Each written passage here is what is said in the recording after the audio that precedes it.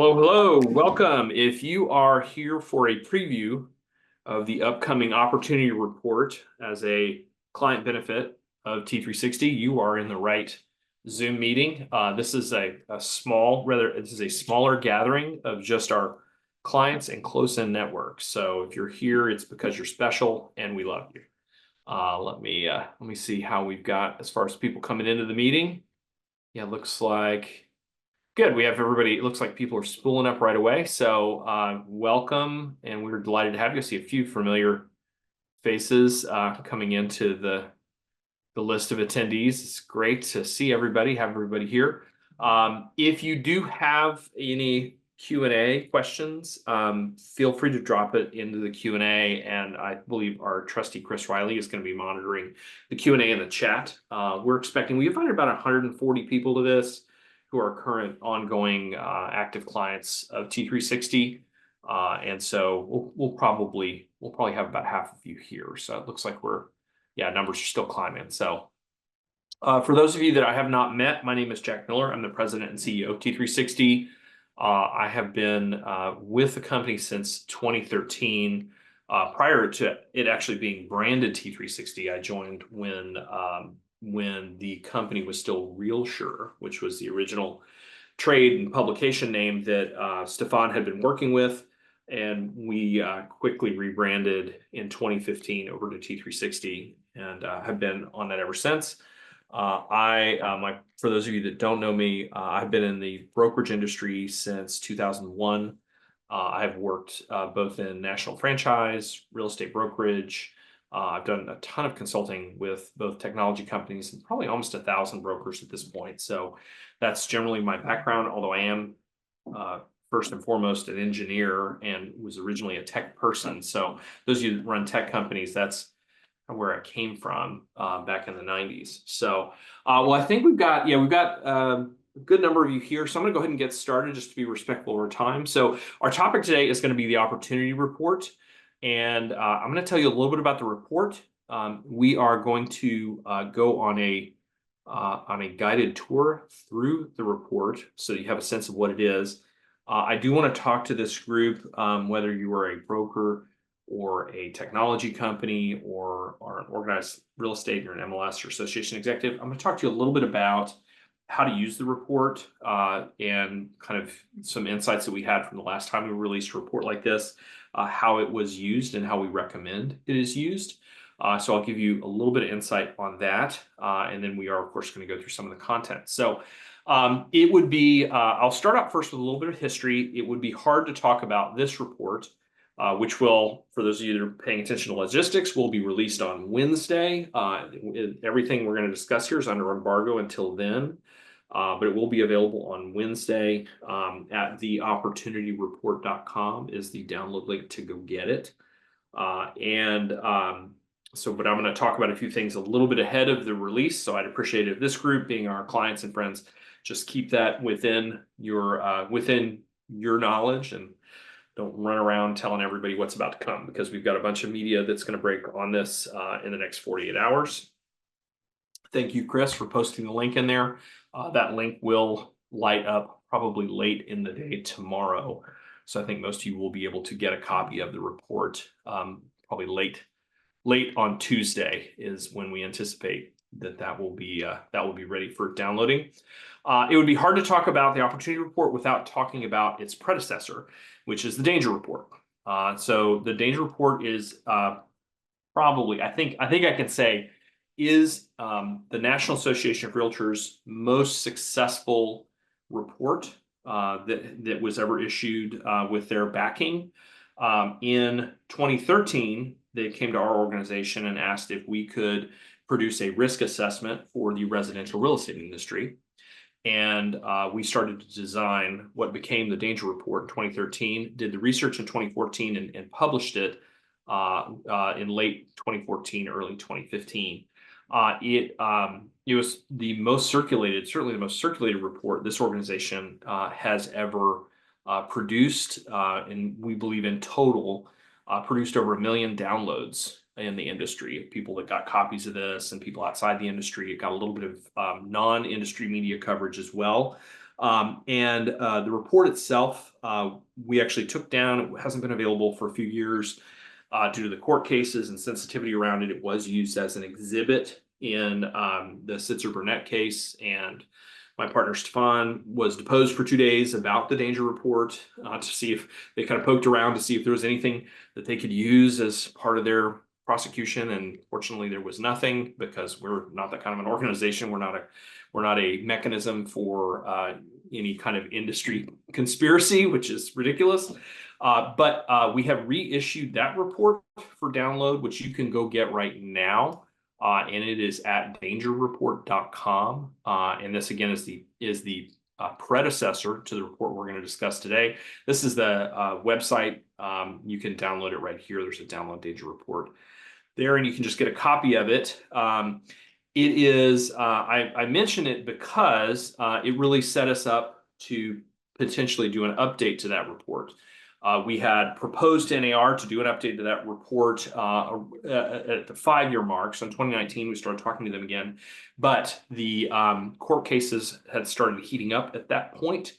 And they said, you know what, we really don't want to do any kind of industry report right now because of the potential lawsuits. So they declined to do it.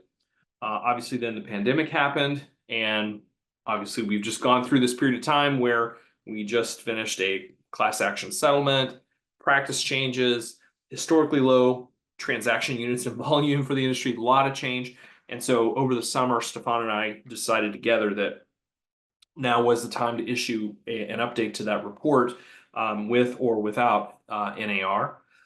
We were able to secure a corporate underwriter for the report. So homes.com has generously underwritten the research and the print publication of the opportunity report. So the report itself, again, I said earlier, we released digitally on Wednesday, and we will be shipping physical copies to about 1,000 industry leaders in November, and also for the first 1,000 print copies of the Swanepoel Trends report that are ordered, we're also including an additional bonus copy of the opportunity report for those that would like also to have it. So if you have not ordered your Swanepoel Trends report and you would like a guarantee that you'll get a print version of the opportunity report, order soon, because I think we're at about 800. We've got about 800 orders of the Swanepoel Trends report. So get your order in, because we have 200 more copies that we're planning on printing in this first run. So I'm going to now jump into a little bit about the opportunity report and take you guys through it. The methodology for this report. So again, I'm going to do a little history here. The danger report, Stefan personally went to about 55, 60 CEOs and met with them in their offices. He actually got on a plane, flew out, met with them in person, and talked to them on their home turf, and interviewed that group that was kind of hand curated out of who we thought were some of the brightest in the industry for the danger report. And then we did some additional survey work and focus group work on top of that with team leaders, brokers, managers, agents, in order to validate some of the thinking on that. For this report, now, thankfully, it's been 10 years. Everybody's very comfortable with Zoom or other web technologies. We were able to do all of those interviews over that medium and then combined it with, and at the time when we did the danger report 10 years ago, we did not have a 40-person team and 300 clients that we're working with. So we, instead of doing a ton of focus group work and survey work, we used the surveys that we had already collected and our client interviews and client discussions in order to inform the report. So we've now produced the opportunity report. So this group is you guys are the first people to actually see this that don't have the name Swanepoel as a last name, or my last name Miller and my first name Jack Miller. This is a very special group. You guys are getting it absolutely before just about everybody else in the industry getting to see the final design version of the report. I'm going to do something weird, which is I'm going to go to the back of the report first and talk about who we interviewed for the report. There may be a few of you on this call. It's quite possible. We've got 3 pages at the end of the report that list out everybody that was invited to be interviewed for the report. It is a mix, again, of large brokers, national franchisors, organized real estate folks in both association and MLS capacities. Some technology executives are in here. So it's a broad mix. This is that's page 1. This is page 2. Again, ended up being I think 50 executives. We did get 4 Canadians in here for those of you that are of the Canadian persuasion. There are some Canadians on the list as well. And we think a pretty strong list. These were not chosen by popularity, but rather chosen by who we thought, given their position and our personal knowledge of them from our organization, would provide us with some insights about how they see the industry going forward. So that's who we interviewed. These interviews were from approximately July of this year through, I think we wrapped up the last interviews probably mid-September, and then have been working fiendishly on producing this report for you. So before we jump into the content itself, the report, just so you can see, the report's about 112 pages in total. So it's pretty chunky. I want to talk about how to use this report. And, we got a mixed group here. I've got some technology companies, I've got brokers, I've got franchise people, I've got, some of the organized real estate MLS and association executives. So we've got a mixed group here. I'd say fundamentally, this document is a strategic thinking document. It is at the 30,000 foot level in terms of the big pieces in the industry that are moving around. It is not a document intended to tell you here is your specific strategy or plan or set of tactics, but it is one from which you could and should develop that. So when reading this report, this is we've basically done a private think tank for you of some of the 50 brightest people in the industry, thinking about where the industry is going and what the opportunities are right now, and that's what's in here. And so I would recommend using this for strategic planning for your organization. If you're in tech, for thinking about how your product strategy fits with this. If you're in brokerage, thinking about what are the areas that are in the report that your brokerage can focus on and use to win with. What are the opportunities you want to exploit? There's a lot of meaty stuff in here for MLSs and associations in terms of thinking about your organization, your structure, your MLS ownership, your governance, the rules that we're making about how the industry runs. There's a lot of stuff, and it's pretty chunky on that side. And then there's a couple of sections that are overall for everybody to be thinking about. So I'll skip past the indentia here and just jump into, we did an analysis. This is fun. This is probably one of the more fun things that we did. In this, we looked at the history of the danger report, and we had ChatGPT read the danger report, and then using, the internet and news reports and things like that, rate the accuracy of the danger report based on it's been 10 years, how accurate were some of the warnings about particular dangers. Now, keep in mind, when we wrote the danger report, none of those were that wasn't intended as a crystal ball. Here's things that are going to happen. It just said, hey, we talked to some very smart people in the industry, and here are the risks that they see right now. And so it really it's not about us. This whole report's not about T360. It's not about me. These are what some very smart people who've operated in the industry for collectively thousands of years and have tons of different business experiences collectively think. So all we've done is distill it down in order to what they think. And so we said, let's look at what the industry thought from the danger report and have you score it. And as you can see here, one of our top threats was masses of marginal agents destroy reputation. Prediction: the industry is at risk from an abundance of underqualified agents, which can harm its reputation. And then there's a whole set of real world evidence. And then ChatGPT said this is an 85%. This has happened. Like the settlement is de facto evidence of that the way that agents have been operating and their practices, which maybe aren't fully understood by the consumer. I'm not saying they're illegal. I'm not saying that the attorneys were right, but it caused an outcome, right? That it caused an outcome. So to 85%, commission spiraling downward, 95%, agent teams threatening and becoming a significant challenge for brokerages. We're now seeing, by the way, some brokerages leaned into that trend and said, we're going to work to serve agent teams better. And some of them are benefiting from that today. So The whole reason I'm showing this is just we had ChatGPT scores, and granted it's an AI scoring us, and we can debate the validity of that. It ended up giving us an overall 83% rating as to the accuracy. And we can debate 83, 80, 90, whatever it is. But the point is, there were many, many things in the danger report that came to pass in one form or another. Again, it wasn't intended as a crystal ball. It was intended as a, hey, here, these are the risks that we see out on the battlefield that is real estate. And our industry kind of went headlong into some of those. And we've encountered some of those risks and those represented in very real ways.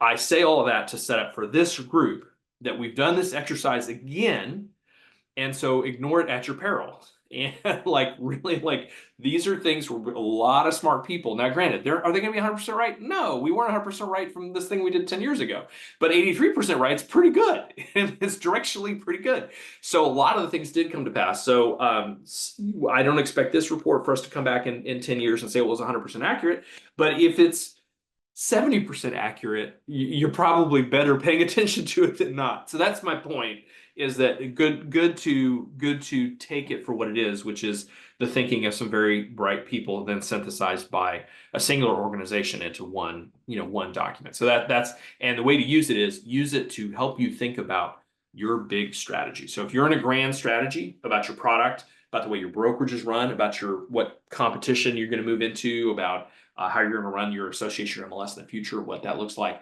This is how to use it. And that so it's a board level, manager level, executive level conversation. And there's a fair amount of stuff in here that's very applicable to bring back to your agents even and say, hey, we're doing this because, here's what this looks like. So the report is broken into 4 sections. The first section is all stuff for brokers and agents.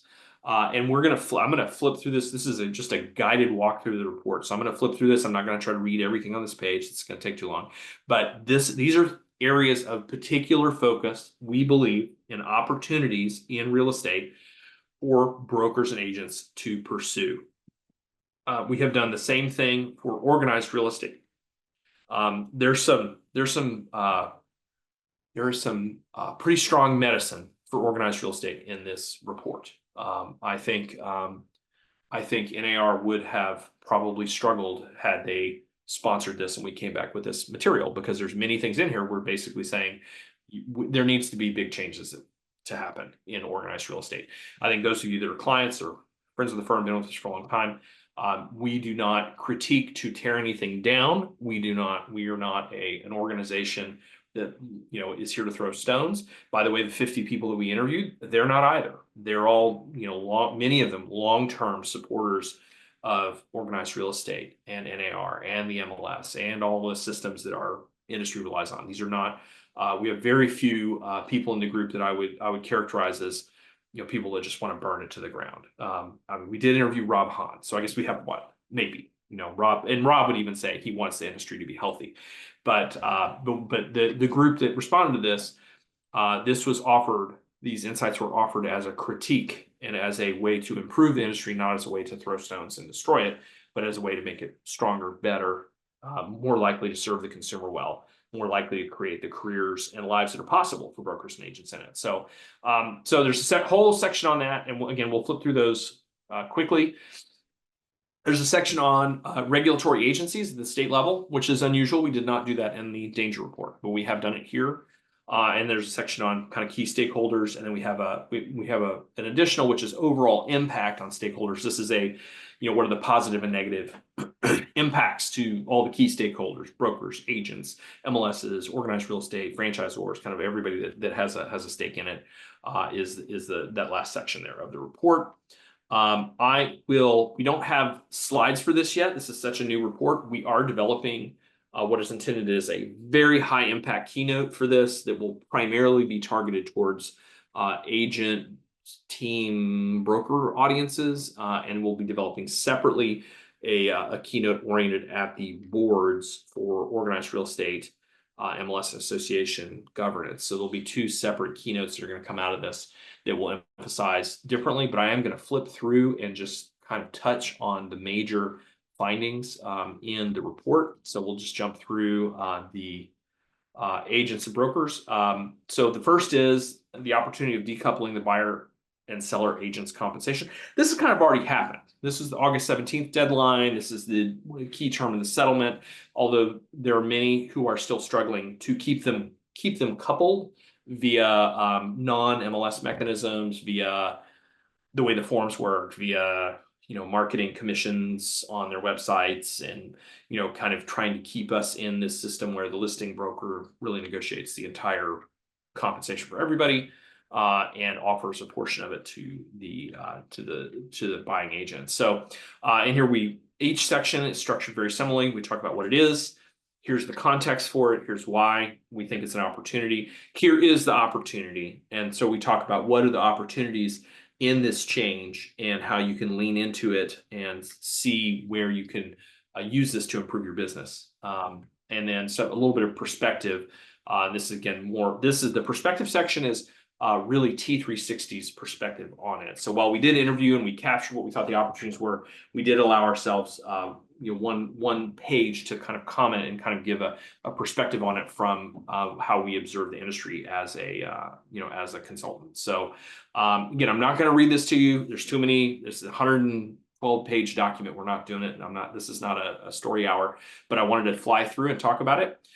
This section, we talk about establishing best practices for buyer services. Kind of the core gestalt of this is in this transition to decoupling compensation and taking it out of the MLS and possibly changing the way cooperation works if we're not going to all use the MLS to market our properties, that we don't want to lose the thread of that buyer representation is valuable and good for the consumer and good for the transaction and good for everybody in the industry. So that's kind of like, and so there's an opportunity now to establish buyer representation as a true value proposition, not just this, hey, I'll show you some homes and you don't have to worry about how I get paid, but I'm a valuable, trusted advisor who will help you in the practice. So we talk about a little bit about dual agency and unrepresented clients and what the opportunity is in order to make that a good thing, and a little bit about our perspective.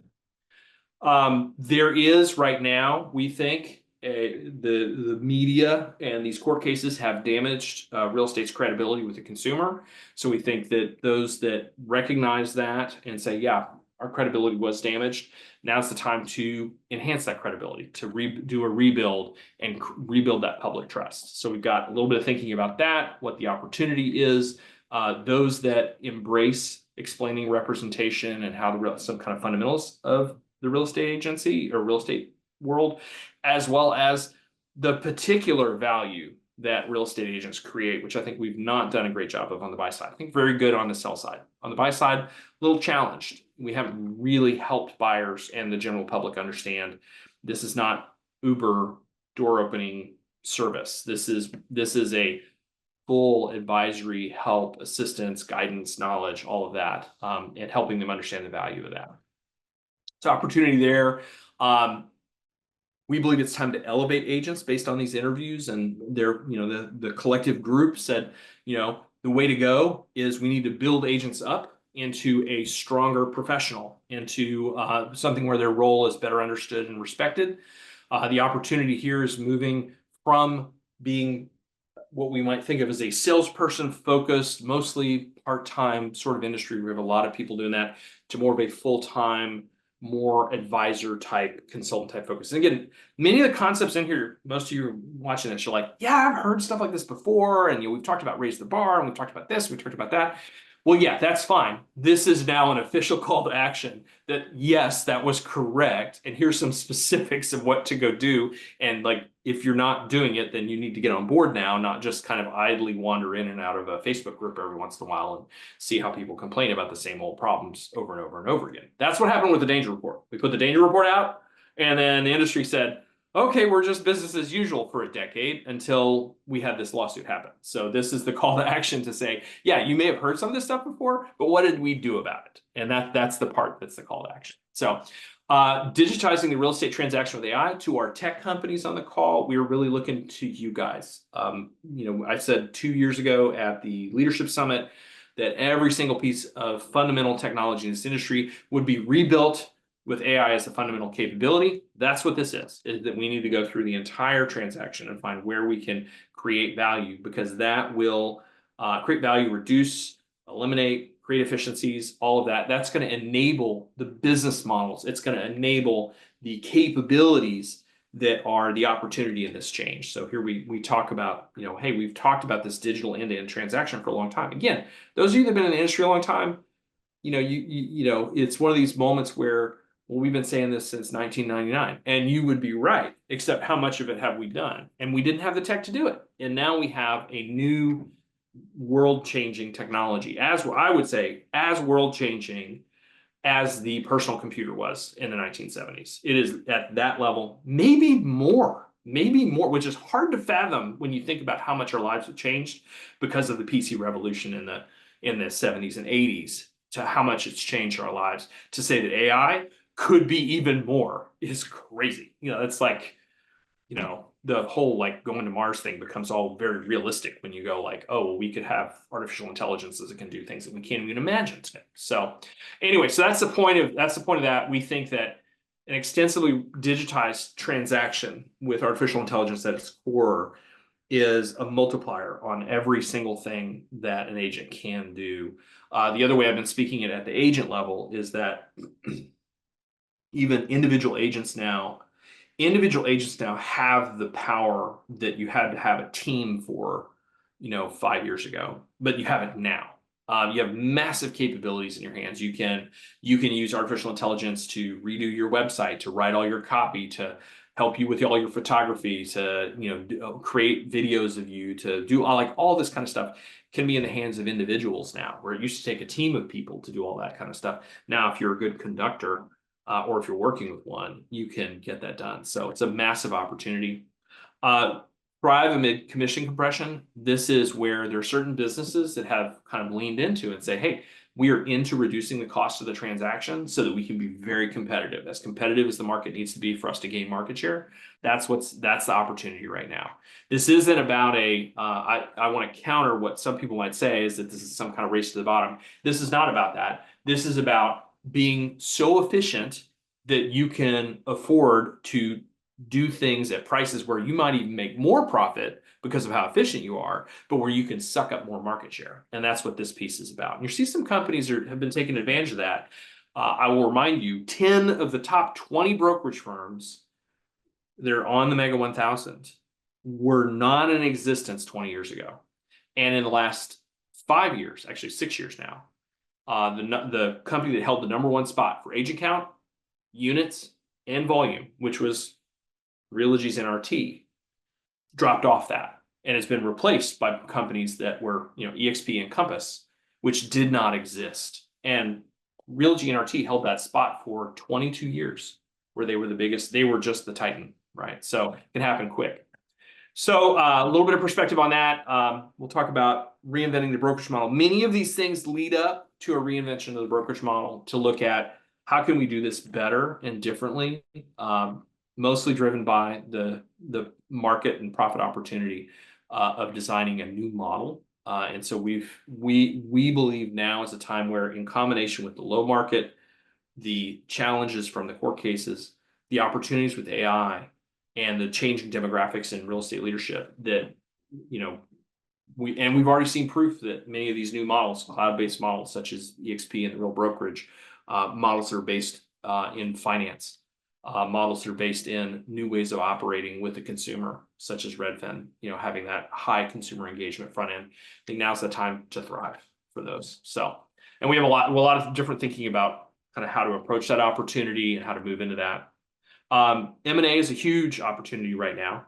Given all of those pressures, all those apply. There are going to be many people in brokerage. I've talked to some as recently as the last 48 hours, where people said, what, I just don't have it in me to go through another round of lawsuits. I need to get out, and I'm just going to fold up, and I'm going to go back into running sales and really focusing on that, and I'm going to sell my company because I just don't want to do that. So there's a lot of opportunity in that brokerage context for that. By the way, that will apply in other contexts as well. Here we have it in the broker agent section. We do mention it also in the association MLS section. So that's that. Last one, each of these segments, big segments has 9 trends. while in the danger report, we said teams are a threat to broker profitability in the danger report. It ended up being correct. Teams were a threat to broker profitability. And then we had some brokers say, you know what, I'm going to pivot and make sure my model works really well with teams. And then I have the cost structure and how I support them and all of those things reflect that. Now you have companies like Place. They're saying, hey, teams need special services, and we have a whole model for delivering those services into them. And this section really talks about that, about catering to what teams are. By the way, this doesn't just apply to brokerage, also applies to the MLS. Also may apply into the association space as far as how you keep track of teams and how you train people, and just a recognition that we are no longer training a one-stop agent that does it all. We're now training specialists and people that are going to pick an area within real estate, and they may spend a big chunk of their career just working in one particular role, whether that's working with buyers, working in transaction management, they're working just in real estate marketing. Those are areas of specific opportunity. This describes that as really doing things to support that specialization at a higher degree and a higher level. So that's everything for agents and brokers. I'm going to just take a breath here for a second and see that there were a few things that popped in the chat. I want to just make sure I didn't miss anything. Nope, it's all Chris Riley letting you know where to get things. Before I dive into the MLS and association portion, I want to tell you a little bit about our marketing and promotion plan. We are, this morning, I just got back from recording a podcast in Tom Ferry Studios. I've got, I think I shot another episode with James Dwiggins and Keith Robinson on Friday. I've got Rob Hahn and Greg Robertson at the end of the week. We have a couple of live events happening on Wednesday with some other coaches, and Tom's running a private event. So we have a lot of media. I think a few of others of our team are going to be doing some media interviews. We do have some major media that has been pitched the story, and I think you'll be seeing a two-part story. I'm not going to say with who yet, but I think we have a major media partner that is going to be running a two-part story on this. So we expect there to be a buzz about this.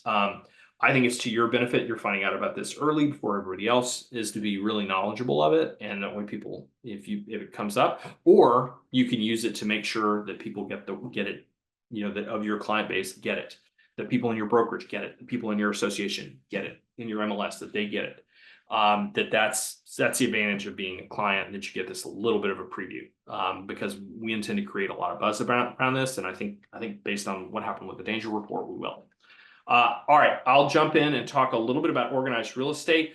I'm going to move quickly here, and that's not out of, that's there. We could, again, each one of these, we're going to have a beautiful, full 1 hour keynote about each of these major sections. That's going to have stories and a little more background and things that aren't in the report itself, and illustrations, and how does this work, and case studies and all that kind of stuff. We have a lot of more material behind this.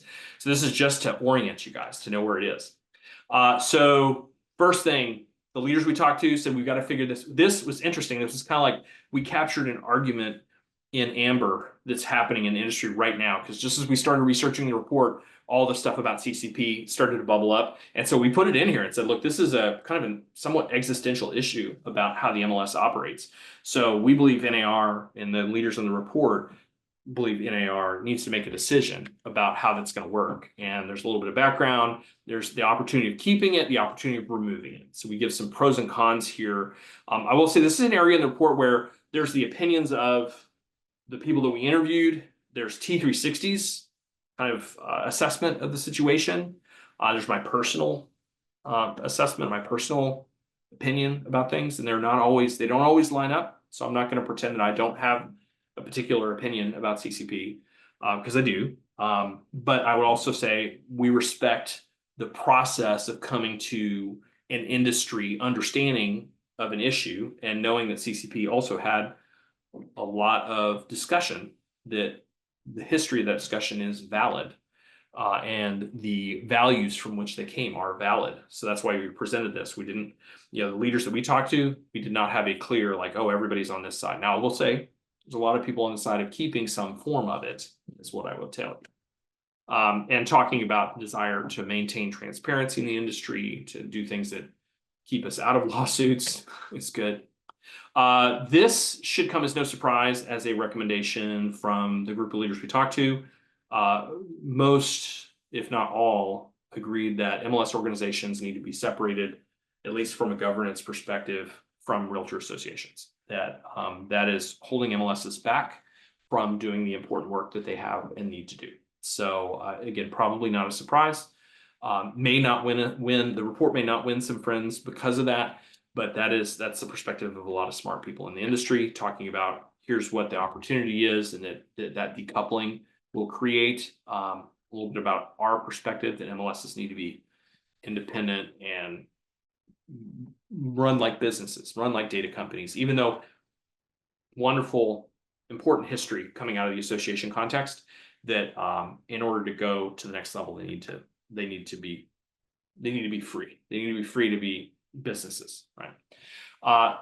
This is looking at the landscape and saying who should be practicing real estate. Who do we want to develop into new leaders that we need a future professional for the industry? This again mirrors what was said in the broker section, where that we need fresh talent. We need people coming in that really treat this as a career opportunity as a first order career opportunity, not a second, not a third, not a fourth. Like this is a first order career opportunity that people seek out and say, this is a great place where I can come and have a career and make good money, work with clients that I love, build a business that has value, that we want to move it into that. Consolidation, again, we talked about it in the broker context. Same thing applies to the MLSs. I think we have a section here that says, we have a historical phenomena in this industry where we have localized fiefdoms that really came from when we actually physically published books that had all the listings, and that's the history, and that history is preventing the MLS as a part of organized real estate from taking its next step and from becoming the valuable, indispensable resource that it should be for the industry. So we talk about that. We probably need to reduce the number of MLS organizations by as much as 90%. Again, that was when we talked to a lot of people and asked them, how many MLSs should there be? We got 50 was a popular answer. We got, 50, one per state was a popular answer. Some people said even less than that, right? So we got a lot of people that said, look, we probably only need like a handful of them that are just with the capacity to handle a lot of different markets because they're flexible with how they describe local data and how they work with local data. But we don't need, we definitely don't need 600 of these. Was the consensus of the people we talked to. A little bit of our perspective on it. The consumer doesn't care. And unless our industry can actually have the MLSs operate really as competitive analytic and data businesses, that we're not going to be able to retain them as the value that they are in the current form that they are. Rebuilding trust. So obviously we think that from our interviews with these leaders that a lot of leaders have lost trust in NAR, as exhibited by the response to the settlements. In this chapter, they said NAR needs to get the trust back. Again, this wasn't a bunch of burnt to the ground types who want NAR to go away. They just said, look, NAR is important. What we need to do is we need to refocus it. We need to have the membership be the right people. We need to, improve industry standards. Really need to focus on advocacy. Advocacy is super important. Everybody got behind advocacy in these interviews, and they said that's the thing everybody agreed on, is that NAR should be the voice of real estate. Again, should be and has done remarkable things there. We did include a little bit about. I think there's a section in here we did include some of the things that NAR has accomplished. I don't remember which section it's in, but there's some really important accomplishments. So we need to build NAR back up. Evolving beyond the three-way agreement. This is again the consensus of the leaders we talked to was the three-way agreement is actually inhibiting value creation at the association level, where everybody's dependent on this whole structure to do the thing, whereas it would be better if the individual state realtor associations have a strong value proposition. Your local association has a strong value proposition. The National Association of Realtors has a strong value proposition, independent from each other. Now, they may have some relationship, but the value proposition is independent, and the value that members are willing to pay for is independent. They say, you know what? I joined all three because they all three give me things that I want. Or I've just joined my local because they're the ones that are supporting me on day-to-day business, and I'm not seeing the value at the national, right? So a lot of people that choose that, it ends up with a stronger association structure, freedom of choice, accountability and quality, cost efficiency. People who are paying for things that are providing value to the industry, and encouraging appropriate competition. So there's some pieces there. I got three more, and then we'll wrap on the ones that apply to everybody. Realtor associations, same thing as MLSs. We've got a lot of associations that I just came from Dallas Fort Worth. In that market, I think there's 5 associations in that market. They overlap each other. They have people do business across all of that. Granted, there's one MLS that's terrific that they've consolidated into one MLS. They did that years ago. That's great, but it means we also have a lot of association positions and boards and people like that are all trying to do the same thing in a giant metro area. And it would be far better for them to streamline and unite. And again, that was perspective. It's offered to us from the people that we interviewed. They said, you know what, there's just too many of these, and so many of them don't provide enough value. And there should just be, for major metro areas, probably just be the one. And that everybody, and you can have your subgroups and you can have your people that focus on particular areas, but we don't need to have this 35% that are very, very small, right? Now, maybe you do, you're out in the middle of nowhere, there's nowhere, you know, you're not going to drive 2 hours into the city to go to an association meeting. Maybe you do need your little one out there, and that's okay. But the point is, there's still too many of them and too many of them that overlap. We get better services, better resources by merging them. This one, B8, reimagining what association leadership looks like. I think those of you, again, some of you have been in this a long time. You've heard me talk about it. You've heard other industry people talk about it.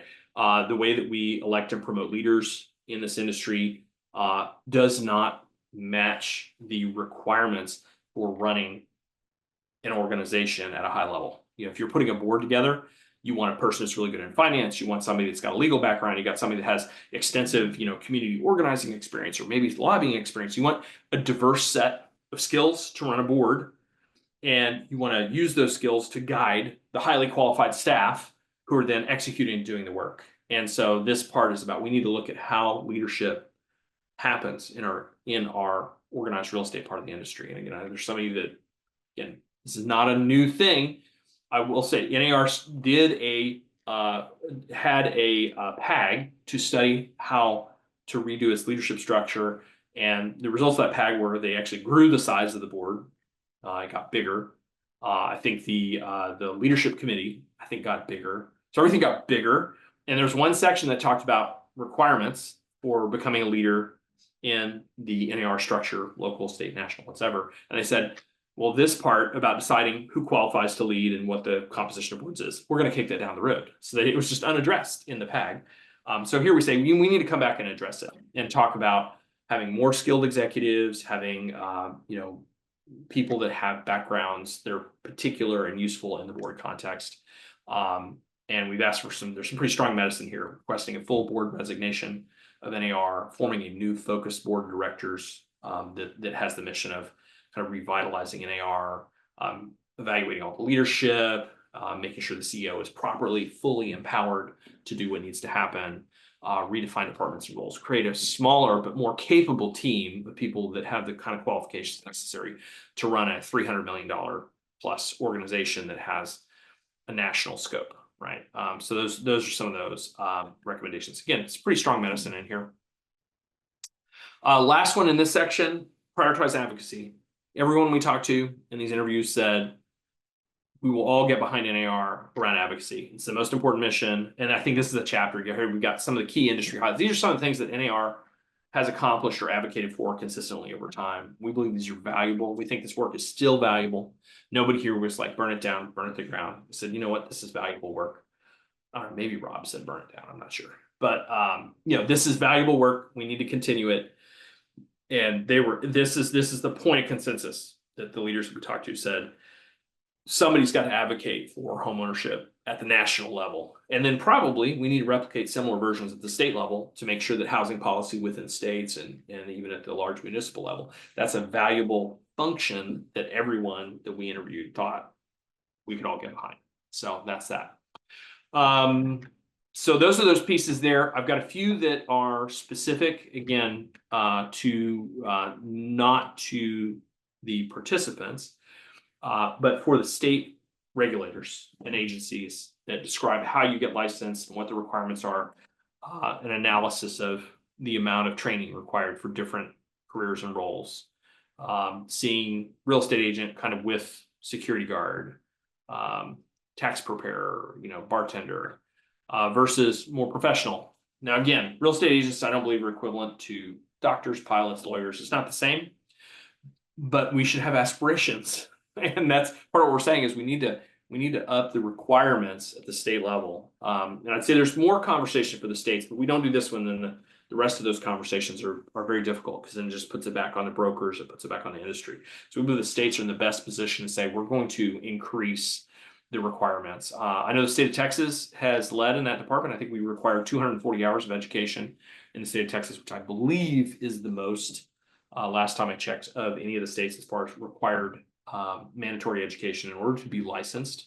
And so I think it's, again, a strange area where Texas leads in a regulatory area, not what people expect, but our state decided it was important to have people a little bit better educated to do real estate.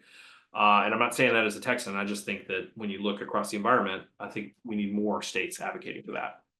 Last one, which is to everybody, is that the focus needs to be on making homeownership an affordable dream again. And this is what kind of brings the whole industry together. Everybody talked to agreed on this point. Said this is something that this should be a rallying cry for the industry. It should organize ourselves around business model, cost of transaction, our lobbying efforts, programs that will support first-time home ownership, programs that will make it easier for people from underrepresented communities to get into housing, knowing that 100% of our family formation growth in the next 25 years is going to come from populations today that are not as well represented in housing, and that's just the truth. So we need to have more housing, and we need to make it affordable to more people. So that's the rallying cry to get behind that. As an industry, that's for all key stakeholders and everybody across the spectrum. It's got some things that we believe the industry can get behind and support and should support in its advocacy efforts and in its local efforts and work. So anyway, I hope I didn't lose all the tech companies talking about advocacy and policy and organized real estate, but we believe it's important. Last section, we do overall impacts, just talking about some of the positive and negative impacts of some of the changes in some of these opportunities. But I'll let you digest this at your leisure. So that is a very fast flyover in about 45 minutes of the entire opportunity report. Again, you can go download your copy. Probably come online tomorrow night at theopportunityreport.com. We will be doing some follow-on content about this and kind of unpacking each of these different areas. Each area, anybody here on this call could take any of these areas and spend some time looking at it from the perspective of their business and say, what are we doing in this area? Is this an area that we believe we could be strategically competitive with? How does this impact our business plan for 2025 and beyond? What are the opportunities, specific local opportunities, if you're a broker or unless an association, what are the local opportunities that I can see? If you're a national franchisor, tech company, statewide organization, national organization, what are some of the opportunities that you see coming from this report? And that's the way to use this report and get the most value out of it. We would love it if this group that showed up today became advocates for getting this thinking out there. We believe that the real estate industry is a critical time in its history where we need to provide leadership to it. People that are T360 clients tend to be the cream of the crop, tend to be the people that are providing the leadership. They at least are getting together with other leaders and thinking about where the future should go. And that's where it starts. So I'd say take the report, use it with your people first, give yourself whatever competitive advantages you can, but then I'd say spread it loud and wide and get it out there, because we think more people need to engage with this kind of thinking. If we had done that with the Danger Report 10 years ago, we might be in a different place today. So as a long-term, I'm married to this industry. I've been in this. I've been in a relationship with this industry as long as I've been married, and I intend to have a healthy, great industry to do business in, as I know many of you do. We want to see that continue. So take this as value for that strategic work that I know many of you engage with, and reach out to us if you've got questions, comments. We'd be happy to take it. So the report will be available. We're going to turn it on for download probably late tomorrow night. It's officially under embargo until, I believe, 8 a.m. on Wednesday, when it's going to hit the major media and will be more broadly kind of promoted. But I think if you go to theopportunityreport.com at midnight Pacific or 10 p.m. to midnight Pacific on tomorrow night, that it'll be available there for you to get a fresh copy of. Okay, there we go. So Cynthia's posting in Wednesday, 8 a.m. Pacific is the official release time. But check the downloads page before you go to bed on Tuesday night. You'll probably be able to get an advanced copy. And then I see there's a question in the Q&A. Thank you for pointing me that way. So very specific question from a technology company. Any insight on where the biggest gaps are from a tech perspective from brokerage and teams? It's a terrific question. We have some, outside of the context of this report, I will tell you, if you're a client of T360, we are completing some work right now, really looking at where the specific gaps are in different areas of technology based on teams, small brokers, large brokers, national franchisors. So there's some material that I believe your consultants that you work with at T360 will be able to work with you on, because there are definitely areas that brokers and brokers of different sizes and teams have gaps and need work on. So I would refer that back to your consulting resource for that. As a matter of fact, I just reviewed, this is very, very good new research material that we did that's really for clients only, that I reviewed literally maybe 2 hours ago with Travis and the tech team. So we've got some fresh insights for you there on that question. So I hope that answers that. So everybody, I'm going to thank you in here. Thank you, Jennifer. Appreciate you thanking us. So thank you, Craig. We'll be reproducing a Netflix series for the Danger Report. It seems like it would be a great idea. I think there's a lot of things in this industry that either should or should not be a Netflix series. So I know that there's some things that would certainly be binge worthy at least that I've seen. So all right. Well, thanks everybody. I appreciate your time out of today to go through the report with me. Download it. Let us know what you think. Send us questions, send us, areas where you think we can explore more. We put a lot of energy into that report. And on top of, we're releasing the Swanepoel Trends report a month later. So there's a lot of strategic intelligence. Just so everybody's keeping track, we just collaborated with Tom Ferry and Real Scout on the Teams report. If you go to theteamsreport.com, you can get a copy of that. And we did some analysis of survey data collected on about 500 teams. There's some really good material in there. I think right now you have to put in your team's information in order to get a copy of the report. I think they have published a 14-page synopsis of finding out of the report. Again, talk to your consultant about that. We have access to more information because we did some of the work on that report, and we can give more insights to clients than, in a respectful way. The report is a report, and it's definitely work product that we contributed to, but I think we can provide you with more insights from that report. And the opportunityreport.com and the Swanepoel Trends report available at t3trends.com. Still available in pre-sale. I think it's $220 pre-sale for single copies. We have bulk copies available. Reach out to us if you'd like to get more copies for your board. So, got a content question here, which I'm going to take. I love some content questions. How do you believe this impacts any of our membership numbers over the next 5 years? So, in speaking with the people that we interviewed, the general consensus is that it's the composition of membership that should change. We want a more professionalized agent base, and that is the goal, that is the target, and that combined with increasing the requirements for licensure at the state level would probably mean less but more qualified real estate agents and realtors. However, as long as the bar remains low, and if NAR does not kind of purposely engage with this, I believe that from our interviews, there's some risk of people disassociating from the National Association of Realtors and say, look, if I don't have to be a member in order to get access to the MLS or in order to sell property in my state, or I just don't think they're providing good value. So there's strategic risk if NAR does not respond. NAR might actually, if in responding to this, might be able to grow membership by providing more value and saying we're going to really focus on advocacy and we're going to focus in a few key areas. So there are scenarios where they could grow membership, but I think it's the quality angle that we're really focused on. It's increasing the quality of the real estate professional in the industry. So thanks everybody again. We've run almost a full hour, so it's 10 minutes longer than I expected. I appreciate everybody's time, and y'all have a great rest of your day, and reach out to our team if we can be of any assistance whatsoever. Thanks everybody.